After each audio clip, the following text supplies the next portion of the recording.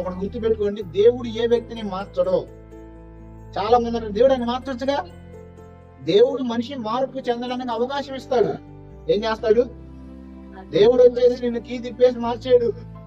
దేవుడు నీకు అవకాశం ఇచ్చినప్పుడు నువ్వు దేవునికి లోబట్టడం నేర్చుకోవాలి. ఏం నేర్చుకోవాలి?